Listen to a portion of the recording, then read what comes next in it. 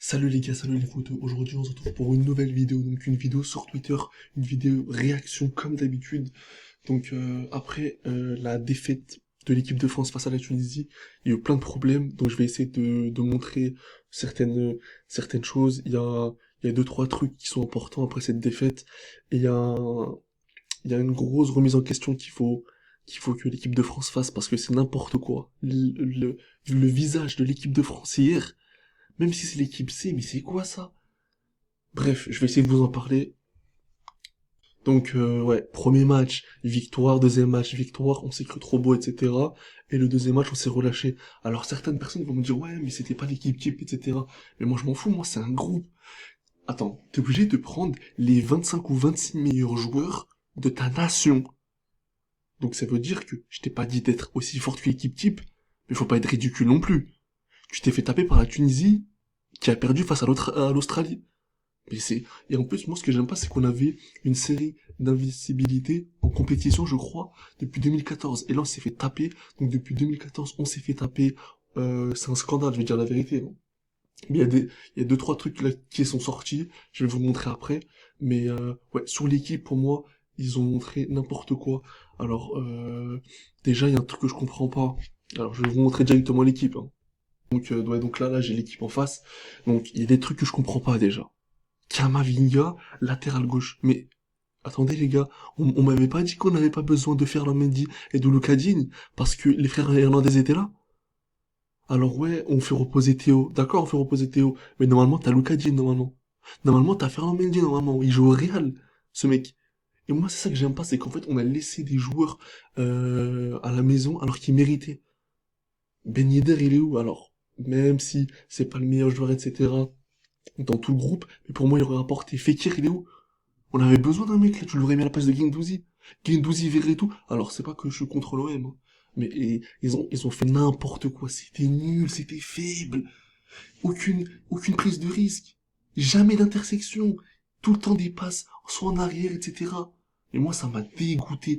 Même si on a perdu, et même si on avait gagné, je vais dire la vérité, le match il m'a dégoûté. Donc ça, tout le monde l'a vu, catastrophique, etc. Donc pour dire en fait que là il y a eu un problème.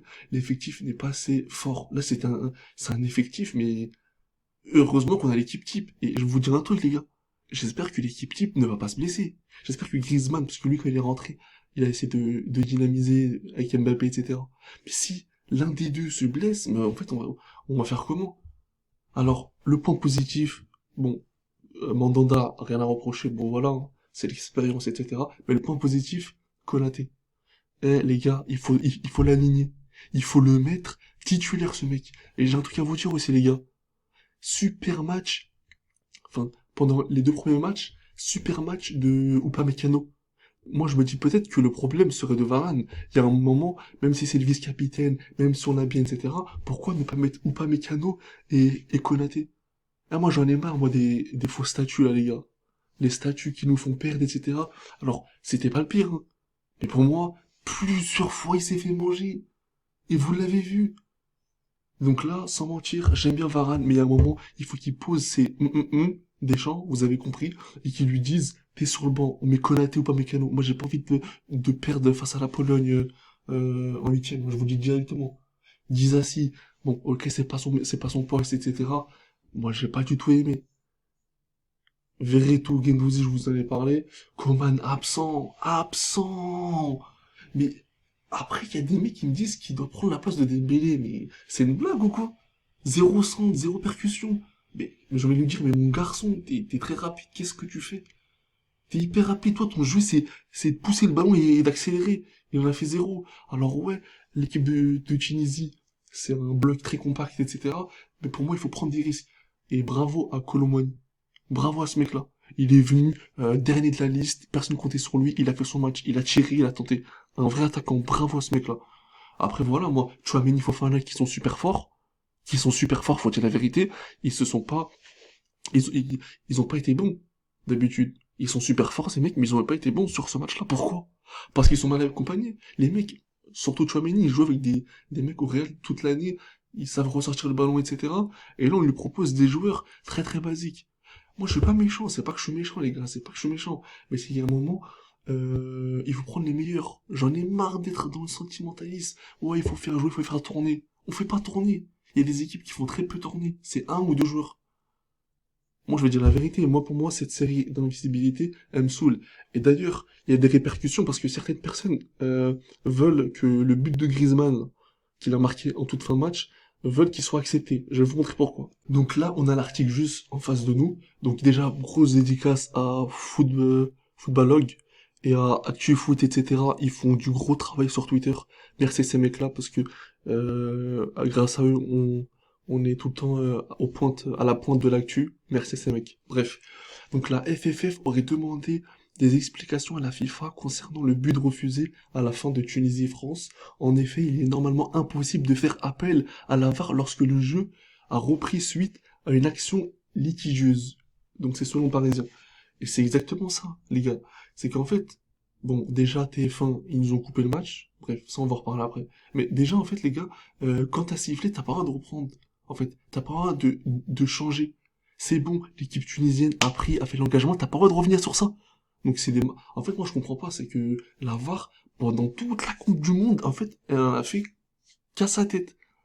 Les gens dans le camion, je sais pas, ils faisaient quoi? Ils jouaient au Monopoly, ou ils faisaient des Uno. Moi ça me saoule, parce que en fait, malgré qu'on est qualifié, ça va avoir des répercussions durant la Coupe du Monde, durant la suite, parce que on va voir ce dernier match qu'on a perdu et qu'on devait pas perdre, tu vois. Et moi, c'est ça que j'aime pas.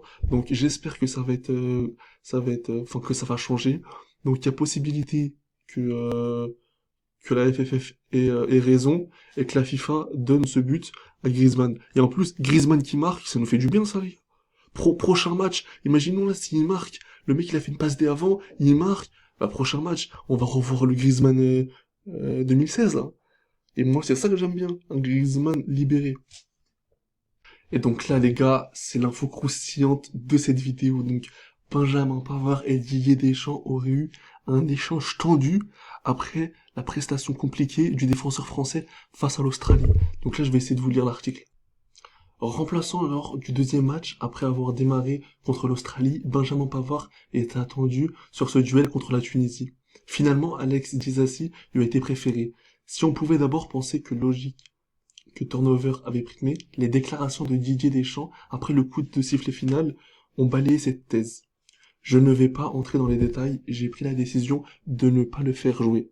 J'ai eu plusieurs échanges avec lui, c'est je considère qu'il n'est pas dans les bonnes conditions. Selon nos informations, un échange tendu a eu lieu suite à la contre-performance face à l'Australie du défenseur du Bayern. Lors de cette conversation, des divergences de point de vue ont été mises en évidence. Donc voilà, il y a eu des petits problèmes, etc. Donc, comme quoi je vous avais dit les gars, en fait en équipe de France, j'ai l'impression, déjà qu'il y a des taupes, parce que comment on peut savoir ça? Déjà, comment on peut savoir ce problème-là? Ça veut dire qu'il y a des taupes, déjà de un. Et de deux, quand on nous expliquait, les gars, que Benzema qu'il n'était pas le bienvenu, ouais, sans lui, le groupe est relâché, ouais, nanana, nanana. Ben, maintenant, on a bien vu qu'il manque, comment te dire, un joueur offensif qui marque. Si ça avait été Benzema le titulaire et Giroud le remplaçant, par exemple, et ben sur ce match-là, Giroud n'aurait pas eu besoin de souffler, il aurait joué, il aurait marqué. Et voilà, on serait tous contents. Ah, voilà les gars, comme quoi il faut prendre les meilleurs. J'ai vu beaucoup d'articles. Ouais, on n'a pas besoin, on n'a pas besoin, on n'a pas besoin. Ouais, vous inquiétez pas. Et ben Lens s'est fait taper, on s'est fait humilier, il y a des problèmes, tout sort, etc. Alors, il n'y a pas catastrophe, on est premier du groupe, on n'est pas sorti, c'est pas Naïsna, les gars. Mais, faites attention. Quand une équipe a ce truc où il y a beaucoup d'histoires qui sortent, etc., ça pollue le groupe. Première affaire sur Benzema, après là il y a l'affaire Pavard, j'ai vu là qu'il y a deux trois personnes qui se sont embrouillées sur le terrain. Ah les gars, faites attention. Moi je vous le dis, faites attention. Donc pour moi les gars, ce sera tout. J'ai essayé de parler un peu près de tout. Et dites-moi si vous êtes d'accord. Moi personnellement, je trouve que c'est un scandale. Euh, l'apport de cette équipe C, c'est une équipe Z, c'est une U19. C'est pas une équipe C, ça, c'est une U19 ou même pas une CF1. J'ai pas du tout aimé, bref. Donc, likez, partagez, et n'oubliez pas de vous abonner. On va essayer de faire plus de vidéos, plus de dialogues. Et voilà, donc on se dit à la prochaine. Je vais pas essayer de dépasser 10 minutes. Ciao les gars.